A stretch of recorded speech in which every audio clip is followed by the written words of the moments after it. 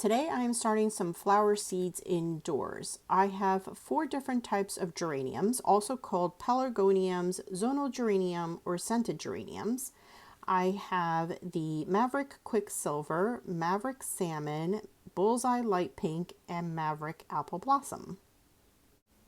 I will also be starting some Snapdragon seeds. I've got an Orange Wonder, an Apple Blossom, Candy Tops Red, and I also have some Rudbeckia seeds. I've got a Cherry Brandy as well as a Sahara. And both of these are very old. These are from 2021, and so I'll try to overseed these. And lastly, I have these creeping thyme seeds. I was very excited to find these. These are called Magic Carpet. And these seeds are so tiny, and I'm really surprised at how little there are in this package. But we'll grow every single one of these seeds. So to start my flower seeds, I'm going to be using these trays from Gardener Supply, which is the GrowEase Seed Starter Kit. And I bought 2 different sizes. I got the 12 cell kit as well as the 24 cell kit. And these are self-watering trays. And I'm sure many of you have seen Laura from Garden Answer use these trays. So to show you what comes in this kit, you will have everything you need to start your seeds, except for the grow lights. So this is the platform which will support your seed tray.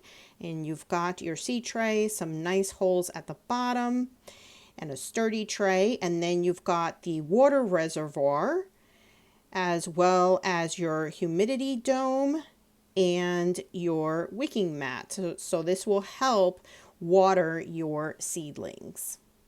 And one additional feature is that the reservoir tray, platform, and the cell tray are all dishwasher safe if you wanted to sanitize your supplies. Now this platform, you can turn it around and then you can use it to pop out your seedlings once you're ready to get them out of the cells and transplant. So to set up the self-watering system, you will want to put the platform inside of the reservoir tray, then the black side up of the wicking mat, and you will also want to make sure that a portion of that wicking mat is down into the water so that it can absorb the water up through the capillary mat and then water your seedlings that sit on top. So for today, I'm not going to be using that, and I'm going to be putting the tray straight into the reservoir and then the dome on top until the seedlings germinate, at which time then I will go ahead and start using the self-watering system. For my soil, I am using some coconut coir, which I have sterilized in the microwave. So I've added here 3 parts of coconut coir and also 1 part vermiculite. And I'm also going to be adding some Osmocote. I'm only sprinkling a few tablespoons in here. And this is a recipe that I got from the Southerners Northern Garden. And I'm also going to be adding some mosquito bits, which he did as well, to try and prevent fungus gnats early on. So I'm starting these geranium seeds on February 23rd, and my last frost date is usually around May 10th, so I'm at 11 weeks before my last frost. Geraniums are said to be slow growing and can take up to 15 to 18 weeks to mature and flower. I'm only going to start 6 of each variety, which will fit this 24 cell tray. Since I don't have much room, I do hope to be able to keep these seedlings in these 2-inch cells until I can get them outside in early May. Then I can take them outside and pot them up so that they can get bigger. So I may not see flowers until the end of June or early July. I have really started to love geraniums because I find that they are relatively easy to care for and I can overwinter them so easily. I want to try to propagate them this year in order to expand my collection. And I also plan on probably growing some new varieties next year to add even more variety. My plan to using all these flowers that I am growing this year is that I plan on filling my deck stairs with lots and lots of pots of different color geraniums. I also plan on adding a 3-tier plant stand at the top stair landing and adding even more geraniums for display. And I also want to include maybe some nice small varieties of basil, maybe some begonias, and just create this beautiful array of flowers all up and down those stairs.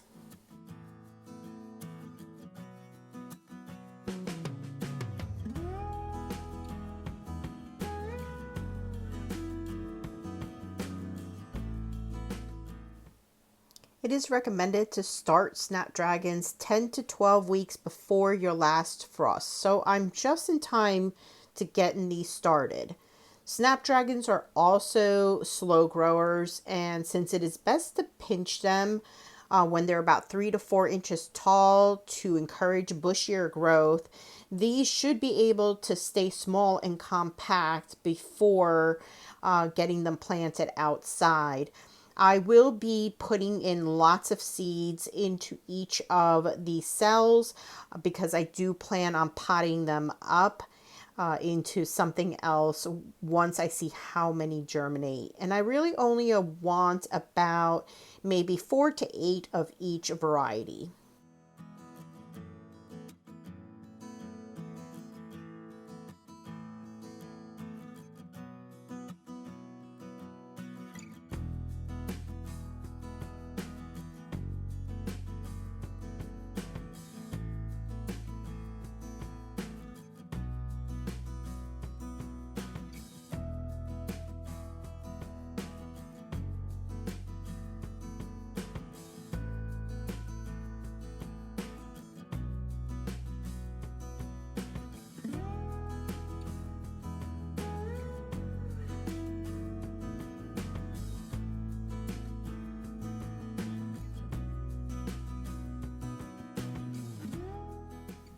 Johnny's site recommends to start Rudbeckia seeds 8 to 10 weeks before last frost. So I am a bit early on these.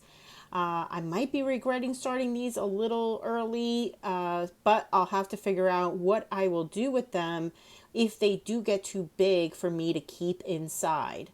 I do have a pop-up greenhouse tent that I could use maybe to get these outside a little earlier. So now since these are pretty old, 2011, and flower seeds generally aren't supposed to keep well, I am going to heavily overseed these two in hopes to get at least like maybe 6 to 8 plants of each of these.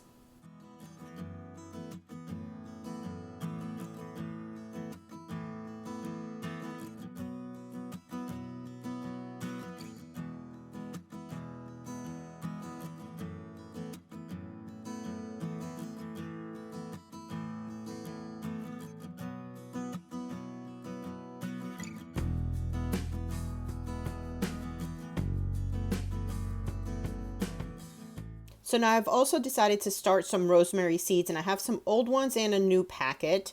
And I'm just going to sow all the old ones because I don't know if they'll germinate. I don't even know how old they are. And then I'll also add a few of the new ones to ensure that I can get some.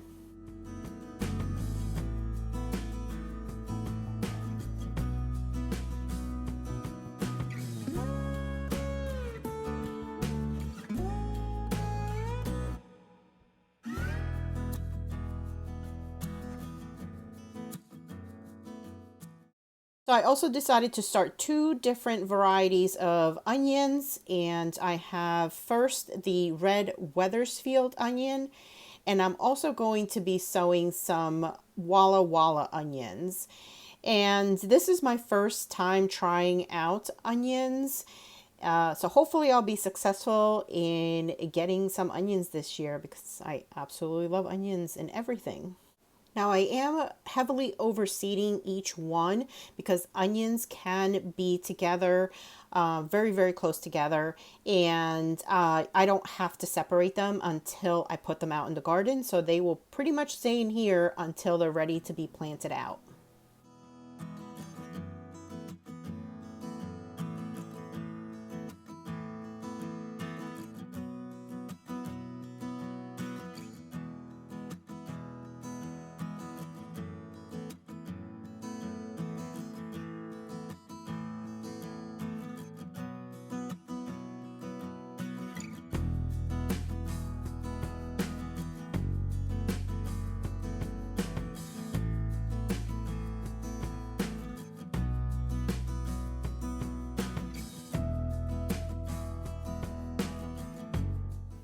So now I'm also going to be starting two different types of thyme seeds. So this is your normal culinary type of thyme, and I'm going to overseed this tray with the two varieties.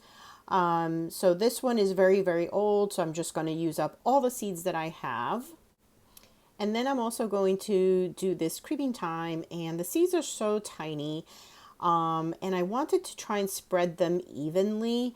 So I decided to put them in this plastic tray so I can pick them up with a toothpick. But then, as you'll see, when I tried to pick it up with a toothpick, all the static electricity was pushing them away instead of me trying to be able to pick them up. So I gave up, started picking them up with my fingers, and just spreading them all over wherever I could possibly, spread them out, and I'll have to prick them out and uppot them later.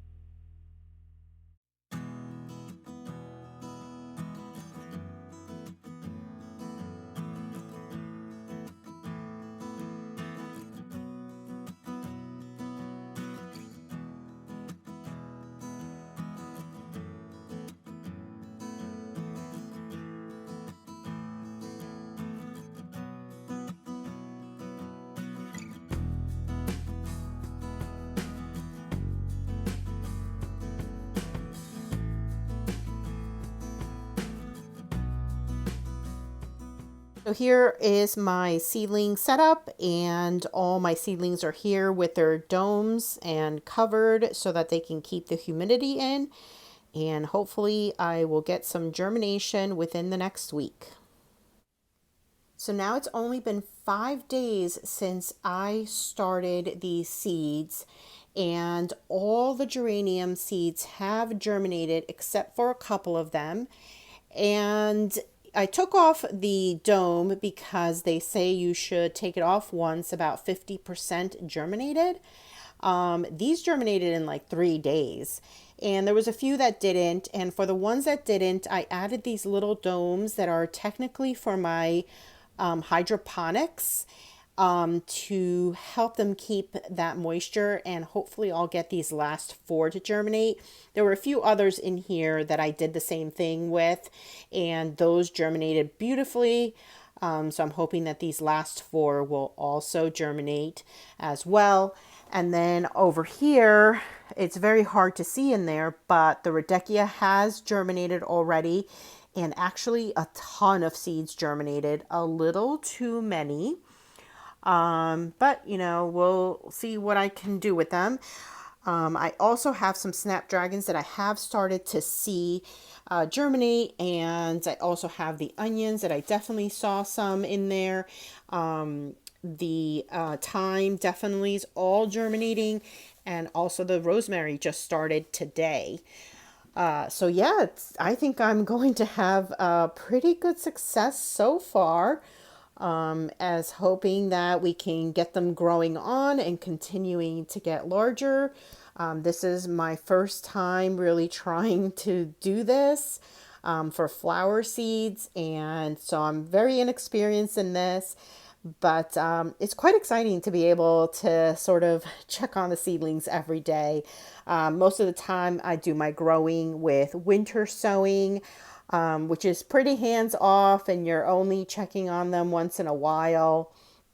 So this is a lot more hands on. And yeah, we'll see how it goes. And I don't know if you noticed, but I also now started with the self-watering. So I do have the capillary mat on that one, since now the seedlings have germinated for the most part, a good amount of them, and eventually will these have to get potted up into something else. So I haven't quite worked that out yet.